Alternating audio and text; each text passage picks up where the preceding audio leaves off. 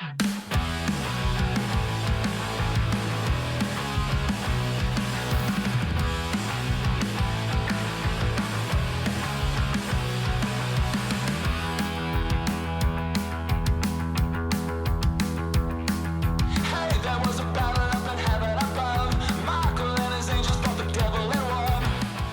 back to the Deeper Dive podcast, produced locally in the Roman Catholic Archdiocese of Washington, D.C., here at Sacred Heart Roman Catholic Church in La Plata, Maryland.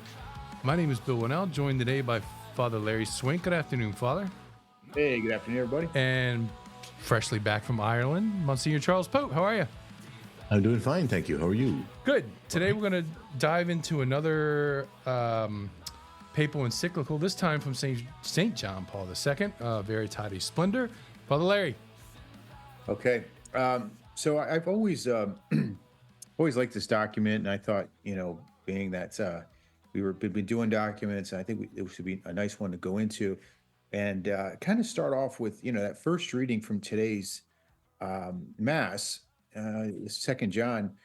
There's this warning that St. John gives to the church about being progressive, and he talks about the need to be faithful to the commandments, and that love is also living the commandments, where he says, but this is love, that we walk according to his commandments. And this is the commandment, as you heard from the beginning, in which you should walk. And then he goes on to say, anyone who's so progressive as not to remain in the teaching of Christ does not have God. And so Veritatis Splendor came out, while John Paul II was Pope, obviously. And one of the things that he was seeing in theological schools, seminaries, pulpits, just in the church in general, was what we would call heterodoxy, which is teaching that wasn't necessarily true to what was given by Christ and the apostles. And so he came out basically with this document to show that truth and the church's teaching, like love and the church's teachings, are not contradictory. And that we're made for truth, essentially. So I'll start off with the beginning, and that, we obviously are not going to go through the whole thing today, but the introduction is really powerful. But he kind of starts off with how we're kind of messed up, and he says, "This obedience is not always easy. As a result of that mysterious original sin committed at the prompting of Satan, the one who is a liar and the father of lies, man is constantly tempted to turn his gaze away from the living and true God in order to direct it towards idols, extending the truth about God for a lie." Romans 1:25. Man's capacity to know the truth is also darkened, and his will is submit to it is weakened, thus giving himself over to relativism and skepticism. He goes off in search of an illusory freedom apart from truth itself. But then he goes, but no darkness of error or sin can totally take away from man the light of God, the Creator. In the depths of his heart, there always remains a yearning for absolute truth, unquote.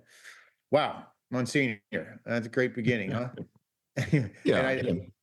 I remember you've mentioned this about that nun that you lived with, her sister, and she didn't believe in original sin. Yeah, that's the silliest thing in the world. There's probably no other dogma that's more on display and perfectly evident than that one, but even there, she got lost. But anyway, God love her. I hope she's probably gone home to the Lord by now. At least I pray and hope. All right. But what the document, what the Pope is talking about there, Pope John Paul, is, look, we have this thing that the church calls concupiscence. And concupiscence is a strong inclination to sin. In other words, it's not just that we have this ability to make choice, but because of the weakness of original sin, and it's even after baptism, the effects, some of its effects remain. One of them being concupiscence, that we are strongly inclined to sin, and it doesn't take long to prove it. I mean, we all kind of know that when something's forbidden, we want to know more about it. Or when we're told not to do something, we want to do it more. And this isn't true in every single individual instance, but we've all experienced that forbidden fruit is very much more enticing. Right. And it's almost like, Monsignor, when you're growing up, and I don't know if the priests still do. I I've stopped doing it because I realize it puts things into people's mind. Is you warn people about don't watch that movie, Yeah. and then everybody wants to watch it. Yeah, right. Yeah. Right. Those are the things, and he's also talking there, Pope John Paul. Not well, again, just to elaborate. I mean, look, we all know things that we know that are harmful for us, and we want them in abundance. And we know things that are good for us, and we don't seem to want them that much, and that's just really screwed up. And Yeah. that's what we mean by concupiscence. It's a very constant, or it's a very strong inclination to sin, but it also has within it a kind of a slothfulness toward what that which is good. And we're just messed up. Our passions are upside down. Our intellect's on the bottom, and the passions are on the top. And we pursue what we might call apparent goods. Thomas refers to them, that we're very drawn to apparent goods, but they're only apparently good, and they're not as good as what God is offering. But that's not as obvious to us. It's less apparent. So again, our intellect is darkened, our will is weakened, and we have a long journey that we need to make so that the Lord can, through His grace, begin to heal these problems in us. And Mm. it is a long journey, and some things clear up pretty quickly for us. We're more inclined to certain sins than others. We all have our little list, some have certain, it's not always the same for every single person, but basically there are it's a long journey to get well again. Yeah. It's so yeah, and and all that being said, even though we have concupiscence, the document goes on to say in paragraph 2, no one can escape from the fundamental questions. What must I do? How do I distinguish good and evil? The answer is only possible thanks to the splendor of the truth which shines forth deep within the human spirit. And then obviously he goes on to how Christ is the answer to these questions. In fact, it is only in the mystery of the Word incarnate that light is shed on the mystery of man. For Adam, the first man, was a figure of the future man, namely of Christ the Lord. It is Christ, the last Adam, who fully discloses man to himself and unfolds his noble calling by revealing the mystery of the Father and the Father's love. Unquote. And yeah, so basically, it's talking about how we have to, and the only way we could know truth is by going to Christ and His teachings. Um, and but he kind of talks about even the issue of morality, because I think this document, Monsignor, if I'm correct, has to do about making moral decisions, right? Because Yeah, the rich right. young man, and like it's not so much like, well, but how do we act? And Mhm. and he says the church knows that the issue of morality is one that deeply touches every person. It involves all people, even those who do not know Christ and gospel or God Himself. She Mhm. knows that it is precisely on the path of the moral life that the way of salvation is open to all. Yes. So I think let's talk a little bit about what the word moral life means. Yeah. Well, can you, if you can find it quickly, the very beginning of the passage you read talked about the splendor of truth shining forth in every human heart, or something to that effect. It would have been Yeah. the first. Can you find that phrase? Yeah. So that it says the church knows that the issue of morality is one that deeply touches every person, Yeah. involves all people, even those who do not know Christ and the gospel Yes. of God Himself. Exactly. Yeah. So, but then he goes on to talk about there's something deeper in the human heart, the splendor of truth Yeah. shining. Isn't that right? The next sentence. Yeah, he says the That answer would is only possible thanks to the splendor of truth, which shines forth deep within the Yeah. human spirit. right. Okay. Now, what he's getting at there is that, as St. Paul makes this point in Romans chapter 1, that even the Gentiles who don't have the scriptures or other helps that were available to the Jewish people, they still have access to the truth, because what they can know God and know about what God expects based on what He has made, the book of creation, so to speak.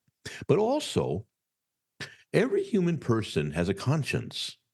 Now, the conscience isn't so much a body of truth, but it's able to grasp this dramatic difference between good and evil, and it has a basic grip. The Catechism speaks of the conscience as the voice of God echoing in every human heart. This thing that Thomas would call it synderesis, the basic grasp of fundamental truths that are there in every human being, whether they know Christ or not.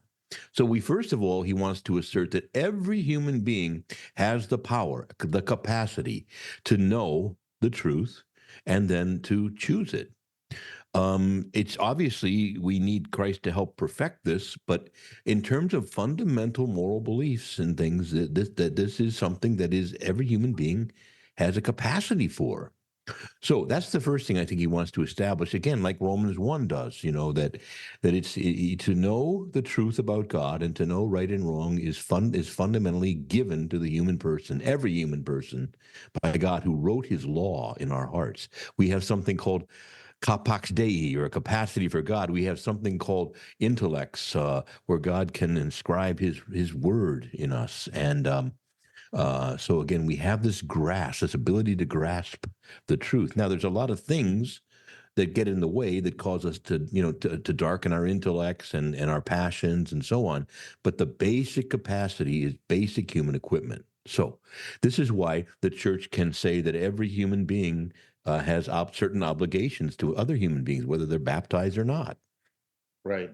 So, Monsignor, just sort of piggybacking what you're saying. So, what you're saying essentially is that every human person, let's say they're not a Catholic, they're not baptized. Let's say they have the capacity to know that basically, would you say that sex is for marriage between a man and a woman? Would they have the capacity to know that abortion is wrong without being told? Would they have the capacity to know, I don't know, that Yeah. stealing is wrong? Yeah. Just by being a human Ending person. other human lives is, a bad idea, killing the innocent. Yeah, right. Right. In So fact, it's interesting. Well, go ahead. So go ahead. go ahead. Go ahead. Well, I was going to say that it's interesting that there have been sociological and psychological studies done, apart from the Bible altogether, where they've been able to determine that even the youngest infants have a basic grasp of goodness and righteousness. And I can't explain all the different tests they did, but they use dolls and different things, and they mix up things to keep it from being just a color favorite or whatever. But every child favors the doll that does the right thing and that doesn't want the doll that does the bad thing. And this isn't because they've been instructed. Most of them are prelingual. They're like 6 months old, as young as 6 months old, up to 1 or 2 years of age. And they have a basic grasp. And as a priest, as well as I do, that when couples come in, they're living in a culture that even celebrates premarital sex, teenage sex, all kinds of versions of sex. But and they know that they're doing something wrong if they tell you they're living together. Yeah. They know it's wrong. And also, even people who say, "Oh, there's nothing wrong with this," and they get all angry and they protest and they shake their fist, and there's nothing wrong with premarital sex or gay sex or whatever. The volume tells you that they're being defensive. They know deep down that it's wrong. Now, they pour lots of layers of, you know, justifications and self-righteousness upon it, but basically the volume and the degree of their anger when you raise this issue indicates they know that you've touched a nerve. They know deep down that it's wrong. That isn't right. Yeah. So yeah, excellent. And I think today also we're talking about the purpose. Moving on, he talks about the purpose of this document. And I thought I'm just going to kind of skim down to, basically he says we as the church, as Catholics have uh, the obligation to exhort consciences and to propose values. But he says in particular, notes should be taken of the lack of harmony between the traditional response of the church and certain theological positions encountered even in seminaries and in faculties of theology in regard to questions of the greatest importance for the church and for the life of faith of Christians, as well as for the life of society itself. In particular, the question is asked, do the commandments of God, which are written on the human heart and are part of the covenant, really have the capacity to clarify the daily decisions of individuals and entire societies? Mm-hmm. Is it possible to obey God and thus love God and neighbor without respecting these commandments in all circumstances? Unquote. Yeah, right. So basically, I mean, here he kind of dives into this is that there's been this break between, what I guess the commandments and the idea of love or what it means to follow God. Yeah, Um, right. I don't know necessarily if I saw that in the seminary. I know people. I did. know. Did you kind of see this?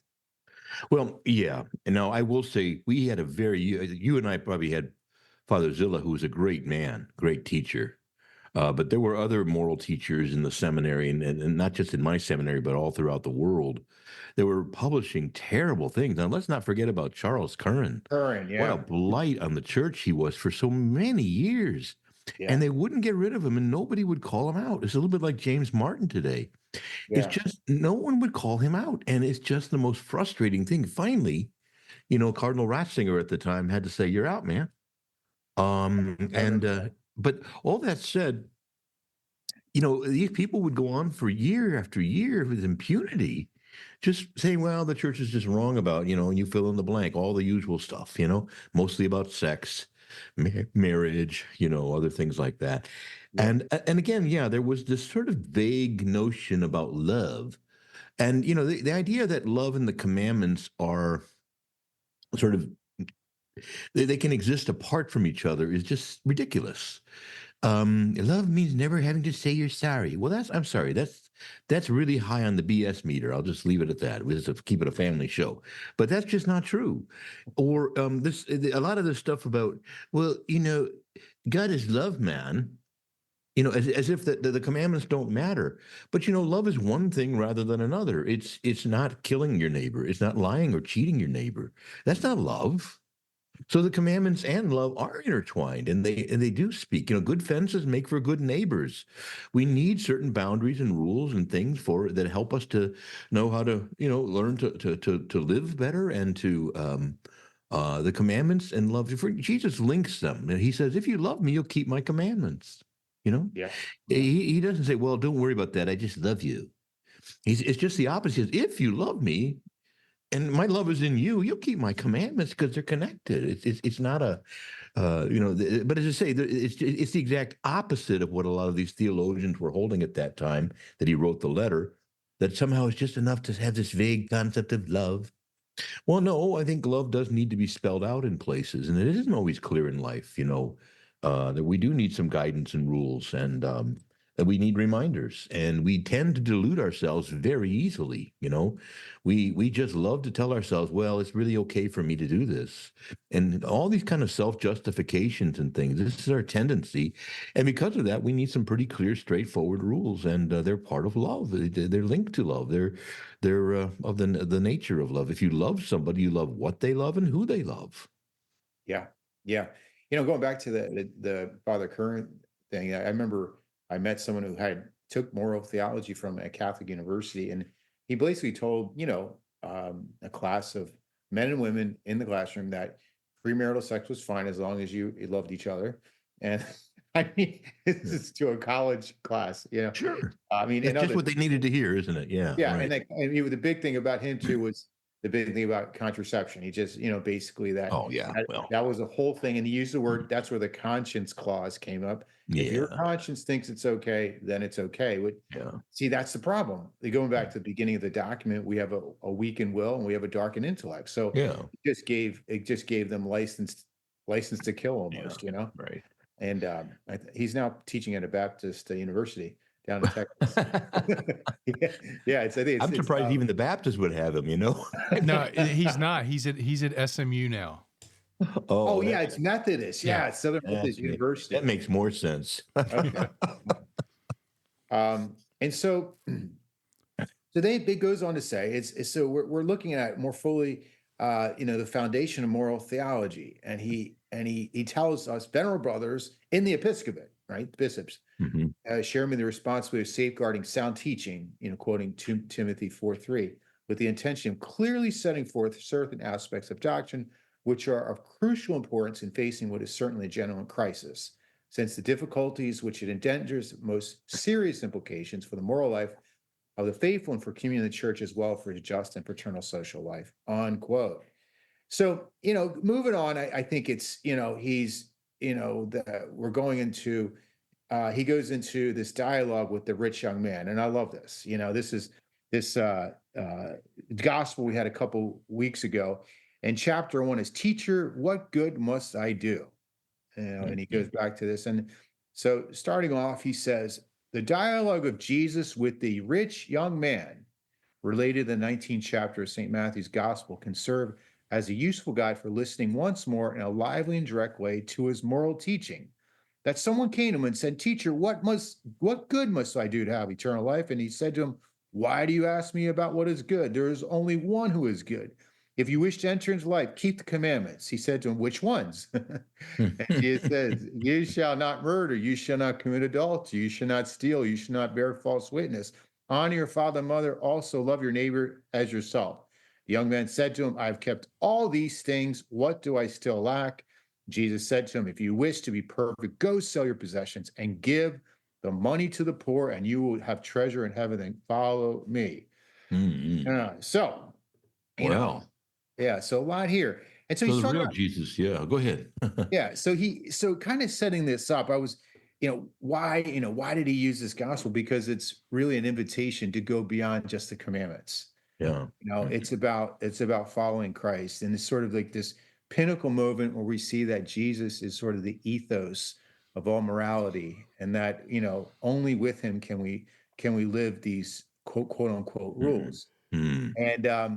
And so as he says this, conscious or not, he approaches Christ, the Redeemer man, and questions him about morality. For the young man, the question is not so much about rules to be followed, but about the full meaning of life. This is, in Mm-hmm. fact, the aspiration at the heart of every human decision and action, the quiet, searching interior prompt which sets freedom in motion. Mm-hmm. This question is ultimately an appeal to the absolute good, which attracts us and beckons us.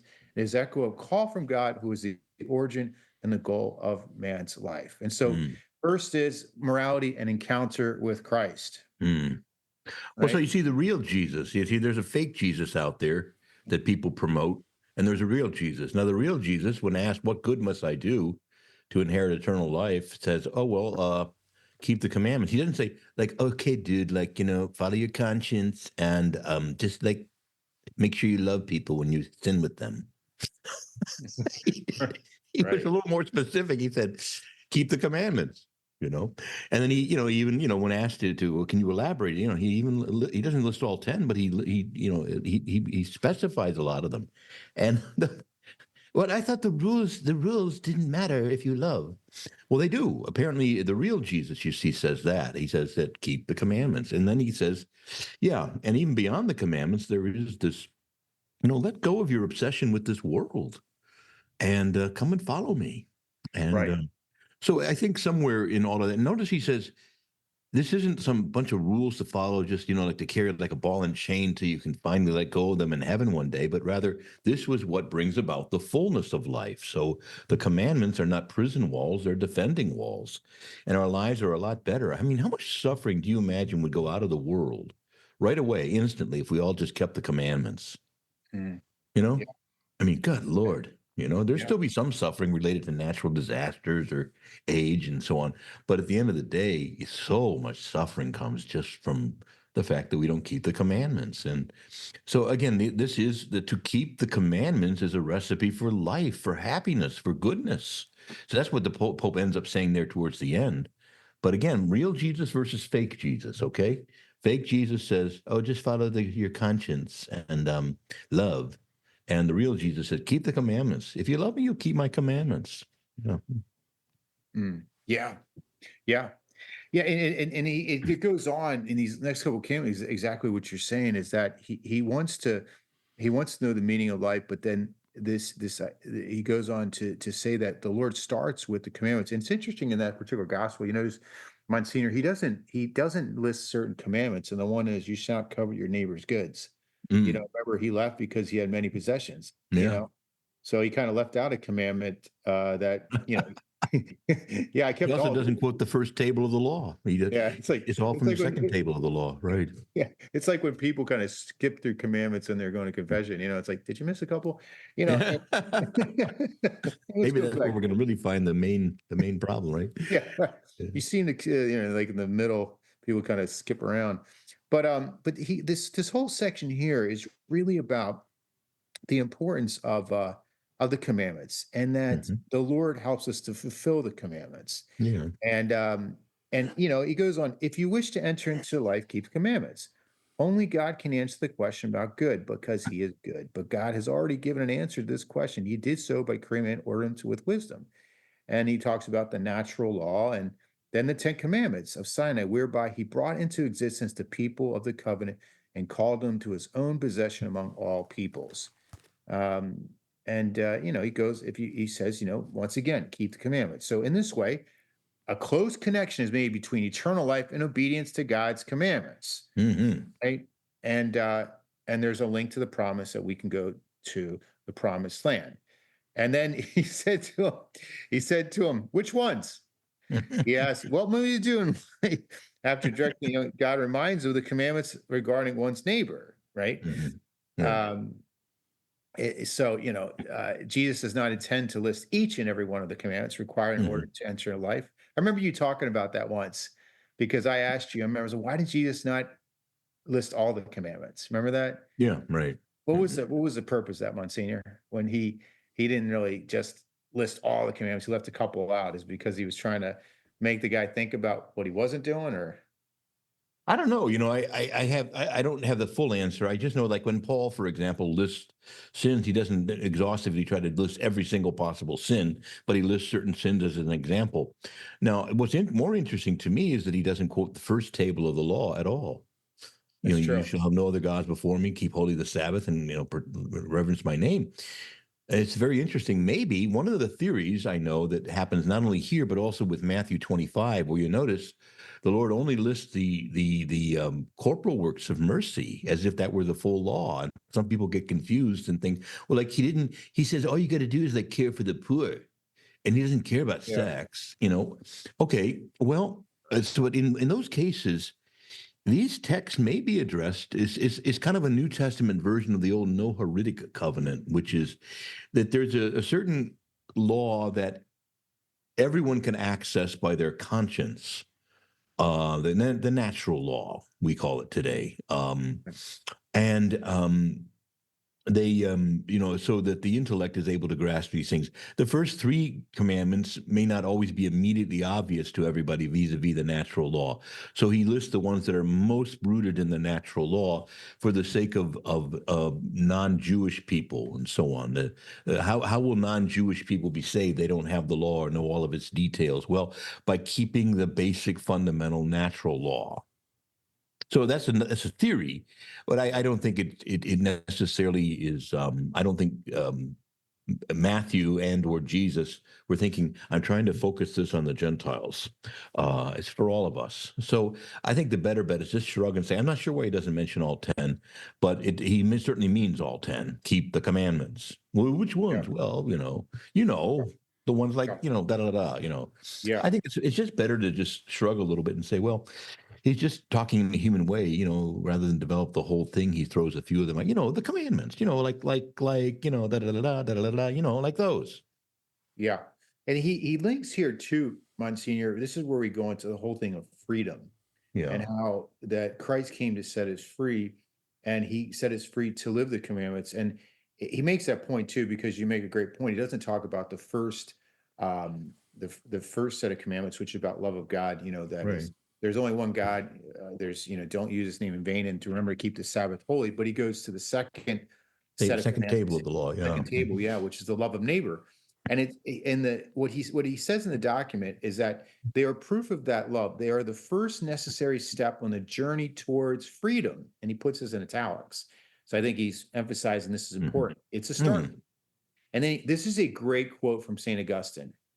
St. Augustine writes, freedom is to be free from crimes such as murder, adultery, fornication, theft, fraud, sacrilege, and so forth. When once one is without these crimes, and every Christian should be without them, one begins to lift up one's head towards freedom.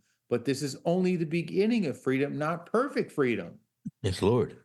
Yeah. So what does he talk about there, Monsignor? Freedom, and oh my gosh. Yeah. Well, people think law means restriction, but no, law means freedom. And again, in America, particularly, but I could maybe the West in general, but particularly in America, we tend to talk about freedom in a very abstract, detached way. Freedom, man. Well, freedom for what? Well, freedom, dude. I mean, no one tells me what to do. Yeah. Yeah. And that's not real freedom. Jesus says, whoever sins is a slave of sin. The Son of Man will really set you free. And so it's interesting that in the Catechism, Freedom is defined as the capacity to obey God. Right. Yeah. The ability or capacity to obey God. And because that's our truest freedom and our truest happiness is Yeah. to be in the keeping of the commandments. Right. People, you can't absolutize freedom or make it too abstract. It has very, very basic parameters. And Yeah. people want to just turn it into some abstract thing. That isn't true. For example, I don't want to get too long into this discussion down this path, but could just consider that the only true freedom that we know of in this world is a limited freedom. So, for example, an obvious example is driving. I'm free to drive as long as I limit myself to keeping the rules of the road. And if everybody just does that, we're free to drive. But if everybody says, well, the heck with the rules, man, I'm free, nobody's free to drive. It's too dangerous. Cars are driving all over the place, and not stop signs don't mean what they say, and red lights don't mean anything, and just do what you want. Well, that's not freedom. That is anarchy, and everybody loses their freedom. So the only true freedom is exercised within a limited framework for that freedom.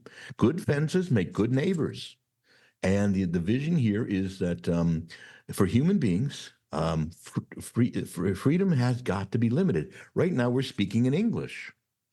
If I decided, ich kann sprechen, Deutsch, I'm just going to go on speaking in German. Well, I might be free to do it, but that doesn't mean most people are going to be free to understand me, at least in our context.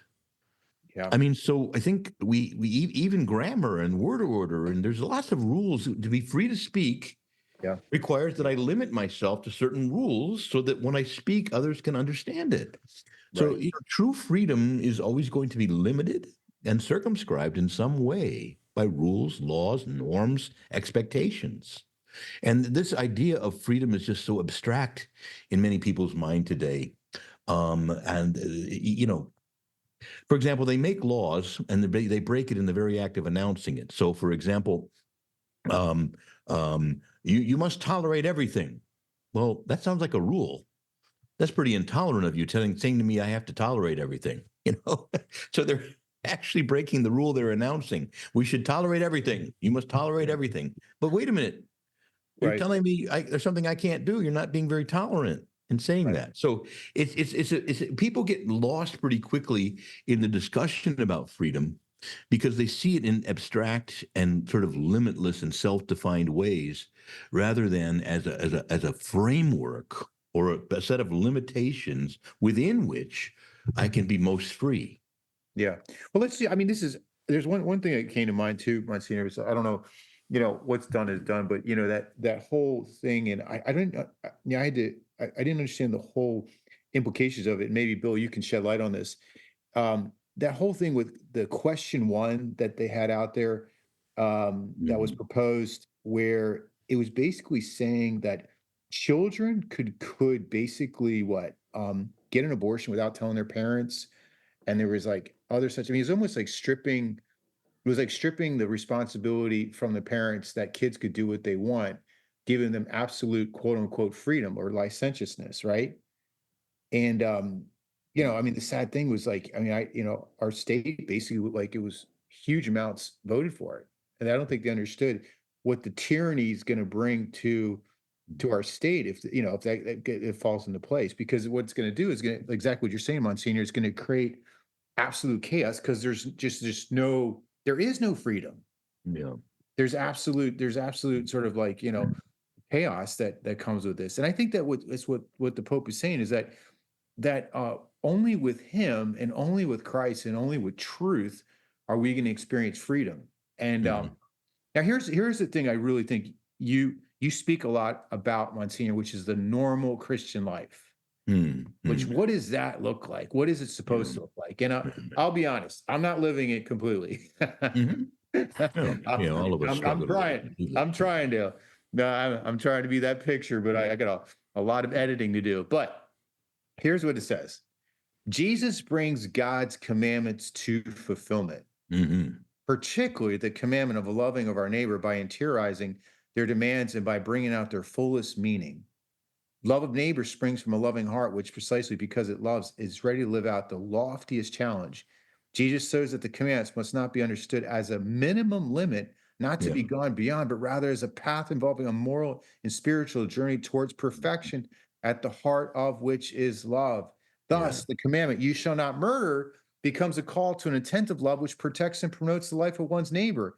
The precept of a prohibiting adultery becomes an invitation to a Mhm. pure way of looking at others, capable of the spousal meaning of the body. So Mhm. this is great. So he's talking about we're not just supposed to just keep the commandments. We're supposed to Yeah. go to the opposite direction. Yeah. Explain.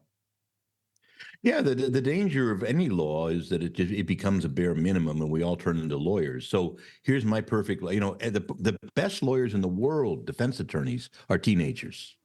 So when I was a teenager, I said, well, I can't break the sixth commandment because, like, I'm not married, and I wouldn't lust after a married woman because they're all old.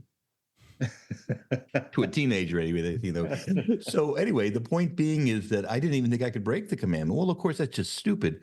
And the Lord is saying that's the commandment's about more than just, not breaking a marriage covenant, but it's about purity, and not just purity of action, but even in your mind. It's about having a pure heart that sees other human beings and doesn't want to sexualize them. And that is a glorious freedom to attain to. We all, I think, at some level, the mind is a hard thing to tame, but with grace and good old fashioned practice, there's a lot to be said for the, for the ability to discipline our minds. And so, again, Paul, of course, is the one who mainly elucidates this in his writings, namely that the danger of law is that if I can just reduce love to certain basic, bare minimum things, then okay, so I got to pay my tithe, got to say a few prayers, show up at mass on Sunday, check, check, check. Okay, I now love God. We're done with that. On to the next thing I'd rather do. So the danger is that it becomes, with law, is that things become perfunctory. Law expresses a kind of a bare minimum, whereas the law asks, what's the least I can do to meet the requirement? Love asks, what more can I do? See? Yeah. And therefore, again, but there is still a connection, as we said, between law and love, but that it kind of sets up the bare expectations and the bare minimums. But ideally, one is soaring well beyond them. Hopefully, a man who really loves his wife doesn't need a rule to tell him don't break her arm. He is only not only is he not breaking her arm, he doesn't want to break her arm. He's cherishing her He and loves caring her. for her. You see, but again, so love contains the law. Right. And you use this word, this beautiful word, fulfill. What does it mean to fulfill the law? It means to fill it full. And the whole Sermon on the Mount, those antitheses, you've heard that it was said, but I say to you, all have that basic format. You've heard you shall not, blah, blah, blah, or you shall, but I say to you. And then he talks about a much richer understanding of the law. So you've already mentioned a couple of others, but for example, you've heard that you shall not you shall not swear an oath or whatever. You swear by the gold of the temple, or you don't swear at all. He says, in effect, he's saying, be a man of your word. You shouldn't have to constantly be swearing to God. Remember when we were kids, we had a bad habit. It was a very common expression at that time. Oh, I swear to God, man! I swear to God, swear to God. Basically, it was a bad use of, there are going to Yeah. be limited times when we should swear an oath. But for the most part, the Lord says this is really more about being a man or a woman of your word. Mhm. See, you shouldn't always have to swear by this or swear by that. You should be known to be a man or a woman of integrity. You know. Mhm. So again, I'm just using another example that you already did. But at the end of the day, yeah, I mean, Jesus' understanding of the law and love is that love perfects the law, not that it does away with it, but it perfects it and fulfills it and fulfills all of its implicit demands. See, so it's one thing not to lust after a woman, but obviously this implies, much more than that. It means regarding her dignity and becoming,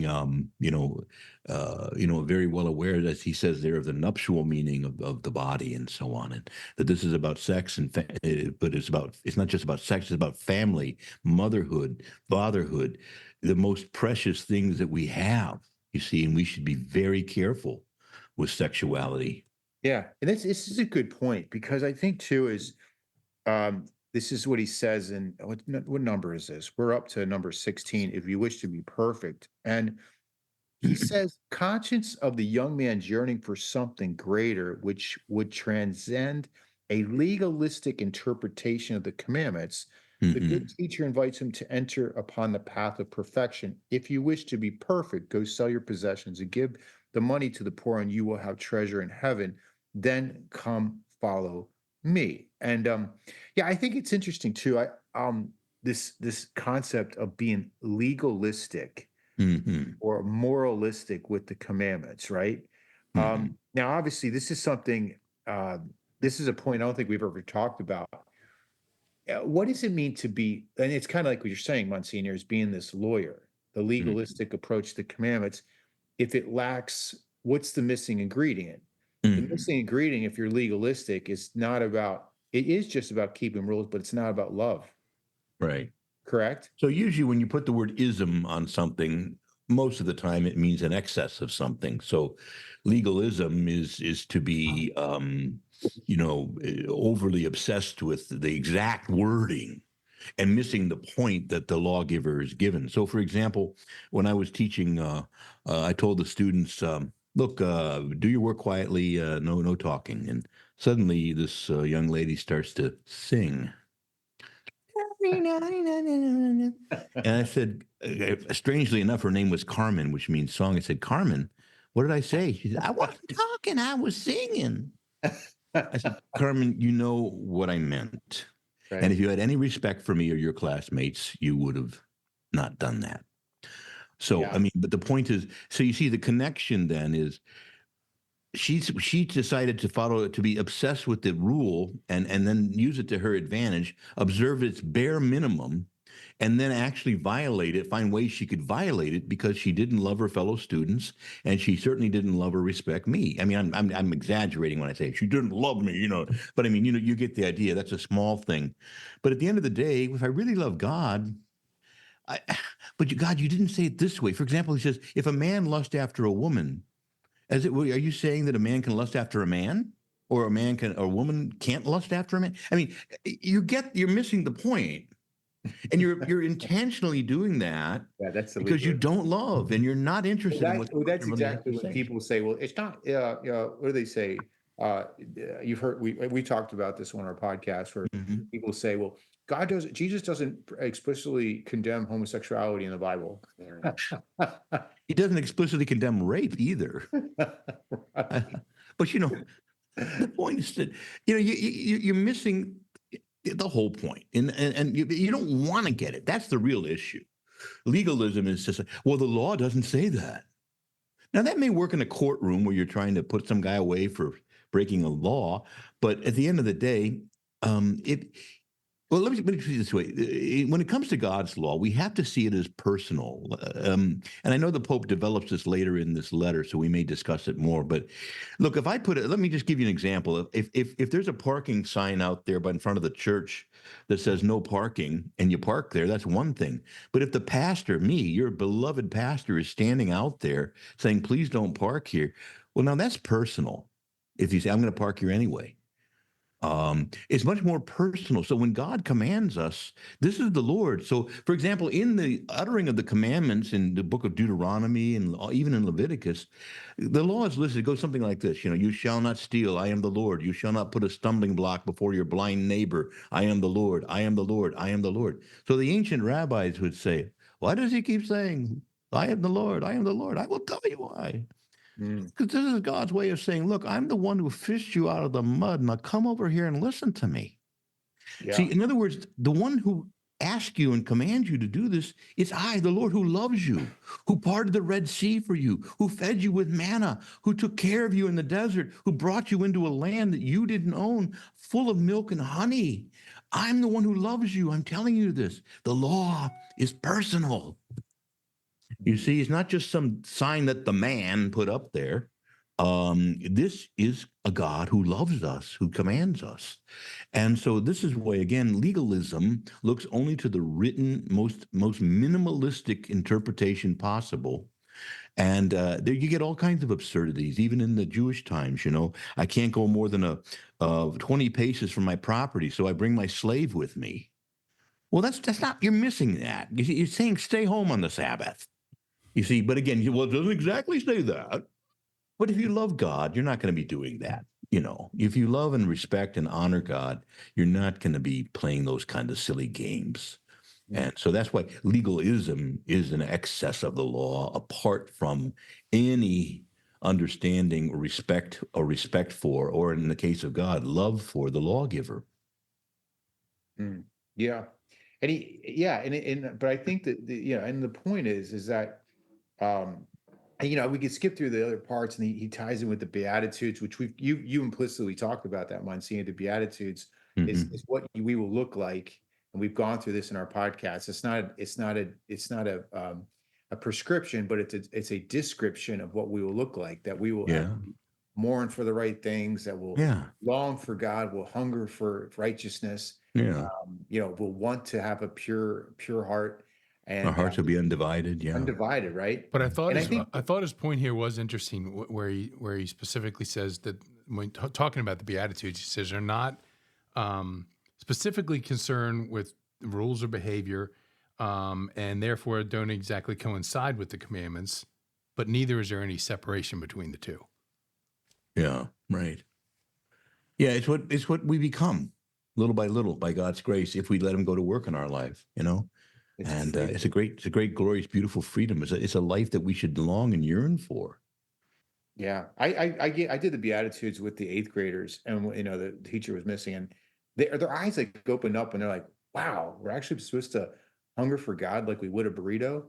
It's like, could that be possible? And I guess the reality, I think, with the reality that struck them is that none of us really are at even close to that yet. We're not even, right. We're just scratching. Well, what a gift it would be to have that, and that's kind of the beauty And of them.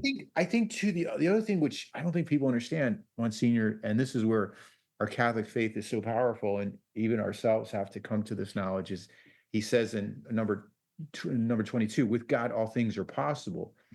The conclusion of Jesus' conversation with the rich young man is very poignant.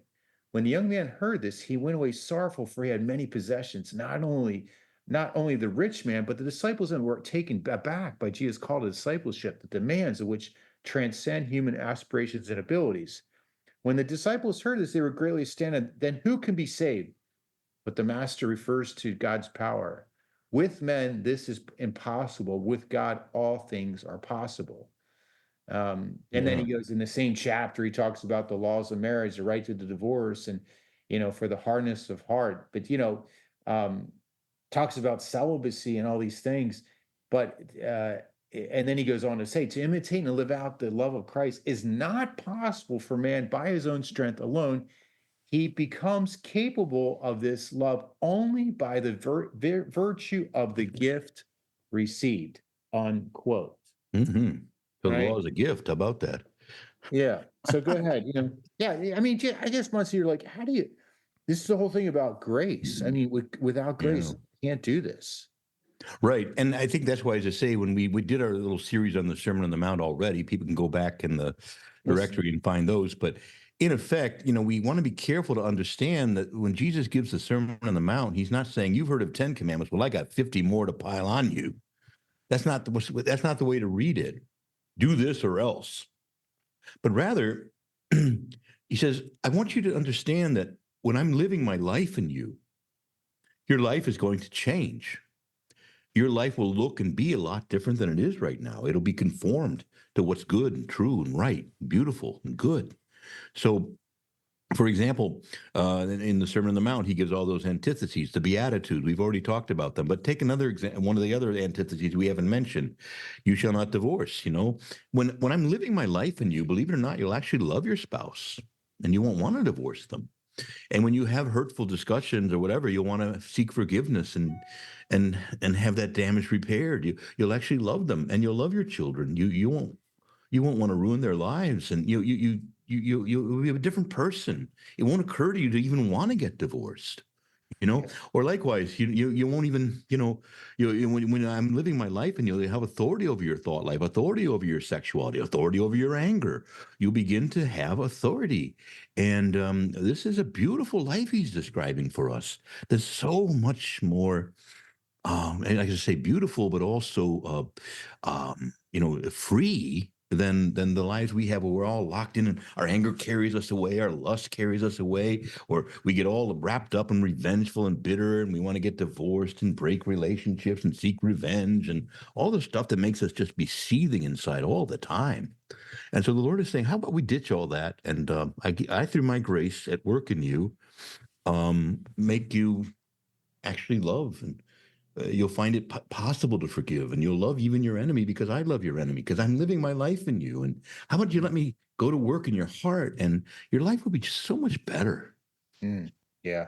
I just, here's a great quote here, Monsignor, that wraps up what we were saying from St. Augustine again. The Pope must have loved St. Augustine. St. Augustine asks, quote, does love bring about the keeping of the commandments, or does the keeping of the commandments bring about love? And he answers, but who can doubt that love comes first? For the one who does not love has no reason for keeping the commandments. Yeah, right. So love comes first, and it's like you're saying, it's like being married to someone you love. You don't really need to be told to be faithful. You want to be faithful. You want to follow the person that you love, which is Jesus Christ. Yeah, exactly. I was thinking about that forgiveness thing. I don't know if you've seen the movie, Monsignor, the new Ben-Hur. No. I don't know. Some people don't like it. I thought it was fantastic. And have you seen it, Bill? Yep. Yeah, and that final scene where, I don't know if I'm a spoiler alert for people who haven't seen it, but at the end, him and his Ben-Hur and what was the guy's name? The guy he beat in the circus with the chariot. He's basically the guy almost dies, and he sees him. He goes back to the barracks, and the guy's got his leg cut off, and he's angry. He's got a knife in his hand. He's like, "I'm gonna kill you!" And there's this scene where they just hug each other, and like all the hatred is just like buried, and you can just see like Christ conquered this like hatred and division that they had in their hearts. It's really beautiful. I thought it was sort of an impossible situation that became possible. Yeah, that's great. So there's a lot of great movies out there, like The Color Purple, or just incredible stories of forgiveness. The Color Purple, is that good?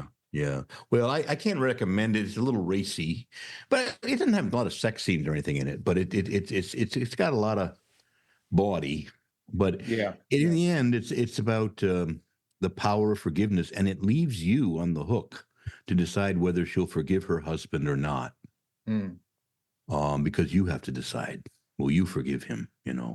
But it's a remarkable story about 3 or 4 different people who come to this remarkable reconciliations in their life. Yeah, awesome. Well, I think we should stop there. So we're we're at basically number 23 in the document. So folks, if you want to read this is just a great document, The Splendor of Truth, in Latin, Veritatis Splendor. And you can, it's great. I think it's good. I've been using it for spiritual reading, and I think it's a good read. You can get on your phone and just scroll it. But we'll continue going through this because I do think we're in a stage in history in the church where, I don't know, it just seems like there's such a rebellion against God's commandments. As if like, if you stand for truth, or you stand for the commandments, you're a bigot. You're archaic. And I basically what people don't see is, imagine if everyone for 24 hours kept commandments, what this world would look like. So much suffering would just go away. So, and as I say, so we have, like, you just say a lot, and I think of this, these are his 2 greatest encyclicals, The Splendor of Truth and also the Gospel of Life, Evangelium Vitae. They're the 2 greatest. They were unmatched. Are you my brother's keeper? Yeah, actually you are. Yeah, we could hit that one too. So sure. We'll keep going, and that actually could be the next one. We could do the gospel, because I think this is a great introduction to that, because you got to get the Mhm. principles. It's not Right. about like, you just can't do this. Well, why can't you do this? Right. I mean, why would you want to? And that's the deeper question. Why would you want to do this? Why would you want to do that? I remember, Monsignor, I remember, I had to counsel this young girl who she got pregnant, and I remember I had to go undercover. I had to meet her at a place. It'll be unnamed, and so I didn't want to have my preschool because she was scared, and I had to talk her out of an abortion that she was going to have in 3 days. Mm, And I knew a friend of the girl, and yeah. and she agreed to talk with me. And I was like, all right, why are you doing this? And she goes, Mm, well, I can't do this. I'm too young. I'm too this. And I'm like, well, why don't, and I asked her, why don't you give the baby up for adoption? And she said, I would never do that to my baby. mhm, And then I started laughing, and I was mhm, like, did you hear what you just said? mhm, And she was like, you're right. you know mhm. and Yeah. praise God, she had the baby. And but it was like, I think people don't realize, like, sometimes when, because of the darkened intellect, the darkened Mhm. will, you can convince yourself to do the dumbest things. Yeah. Right. Right. Oh I boy. I, mean, you I have a degree in that. Yeah. right, right. It's just like, I mean, and that's why, like, thanks be to God, we have the gospel. And Yeah. I find too that people today, I think they're just starving for it. Yeah. Like, what Mhm, is truth? Quid is right. veritas. So anyway, all right, Mhm. let's stop there. Muncie, we get your blessing, please. All right. May the peace and the blessing, the glory and the majesty, the power of God rest upon all of you. And may Almighty God bless you, the Father, the Son, and the Holy Spirit. Amen. Amen.